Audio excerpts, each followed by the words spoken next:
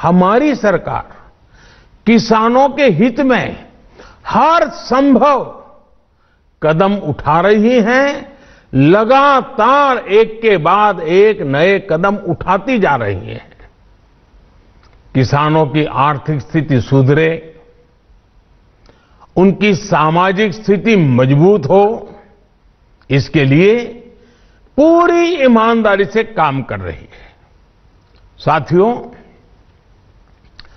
किसानों की स्थिति को सुधारने की इसी महाअभियान में देश में 3 कृषि कानून लाए गए थे। मकसद ये था कि देश के किसानों को, खासकर छोटे किसानों को और ताकत मिले, उन्हें अपनी उपज की सही कीमत और उपज बेचने के लिए ज्यादा से ज्यादा विकल्प मिले। बरसों से ये मांग देश के किसान, देश के कृषि विशेषज्ञ, देश के कृषि अर्थशास्त्री, देश के किसान संगठन लगातार कर रहे थे। पहले भी कई सरकारों ने इस पर मंथन भी किया था। इस बार भी संसद में चर्चा हुई, मंथन हुआ और ये कानून लाए गए। देश के कोने कोने में कोटि कोटि किसानों ने, अनेक किसान संगठनों ने इसका स्वागत किया, समर्थन किया। मैं आज उन सभी का बहुत बहुत आभारी हूं, धन्यवाद करना चाहता हूं। साथियों, हमारी सरकार किसानों के कल्याण के लिए, खासकर छोटे किसानों के कल्याण के लिए, देश के कृषि जगत के हित में, देश के हित में, गांव गरीब के उज्जवल भविष्य के लिए पूरी सत्यनिष्ठा से, किसानों के प्रति पूर्ण समर्पण भाव से, नेक नियत से ये कानून लेकर आई थी।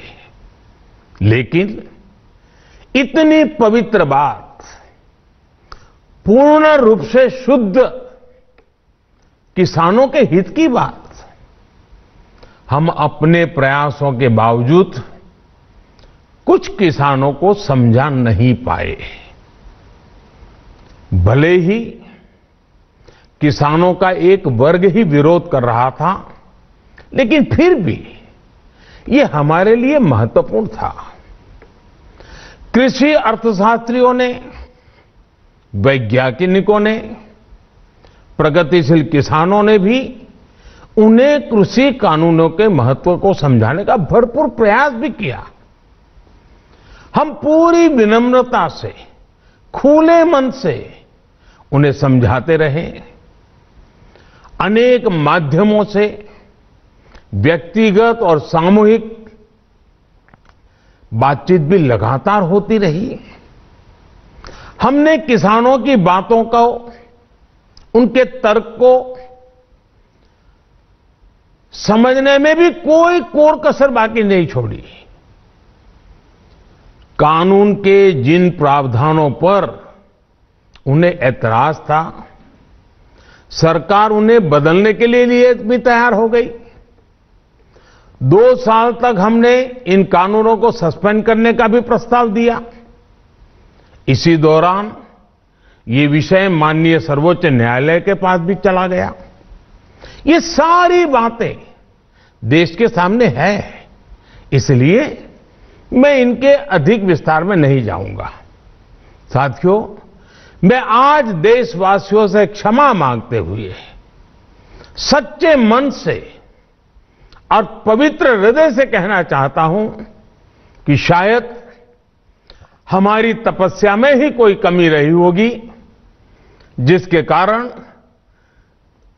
दिए के प्रकाश जैसा सत्य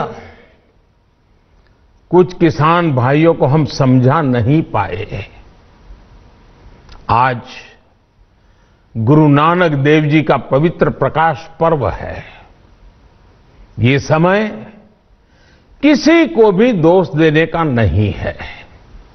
आज मैं आपको, पूरे देश को ये बताने आया हूं कि हमने 3 कृषि कानूनों को वापस लेने का, रिपील करने का निर्णय लिया है। इस महीने के अंत में शुरू होने जा रहे संसद सत्र में, इसी महीने में हम 3 कृषि कानूनों को रिपील करने की संवैधानिक प्रक्रिया को पूरा कर देंगे। साथियों, मैं आज अपने सभी आंदोलनरत किसान साथियों से आग्रह कर रहा हूं, आज गुरु पर्व का पवित्र दिन है।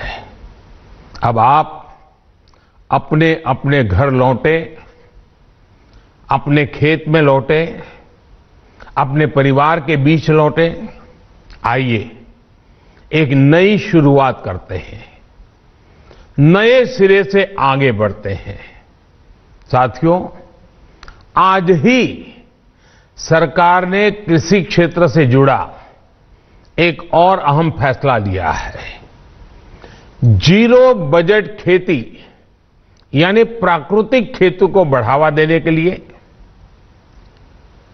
देश की बदलती आवश्यकताओं को ध्यान में रखकर क्रॉप पैटर्न को वैज्ञानिक तरीके से बदलने के लिए एमएसपी को और अधिक प्रभावी और पारदर्शी बनाने के लिए ऐसे सभी विषयों पर भविष्य को ध्यान में रखते हुए निर्णय लेने के लिए एक कमेटी का गठन किया जाएगा। इस कमेटी में केंद्र सरकार, राज्य सरकारों के प्रतिनिधि होंगे, किसान होंगे, कृषि वैज्ञानिक होंगे, कृषि अर्थशास्त्री होंगे। साथियों, हमारी सरकार किसानों के हित में काम करती रही है और आगे भी करती रहेगी। मैं गुरु गोविंद सिंह जी की भावना में अपनी बात समाप्त करूंगा। देहि शिवावर मोहे इहे, शुभ कर्मन ते कबहू न टरो। हे देवी, मुझे ये वर दीजिए कि मैं शुभ कर्म करने से कभी पीछे ना हटूं। जो किया किसानों के लिए किया, जो कर रहा हूं देश के लिए कर रहा हूं। आप सभी के आशीर्वाद से मैंने मेहनत में पहले भी कोई कमी नहीं की थी। आज मैं आपको विश्वास दिलाता हूं कि अब और ज्यादा मेहनत करूंगा ताकि आपके सपने साकार हो सके, देश के सपने साकार हो सके।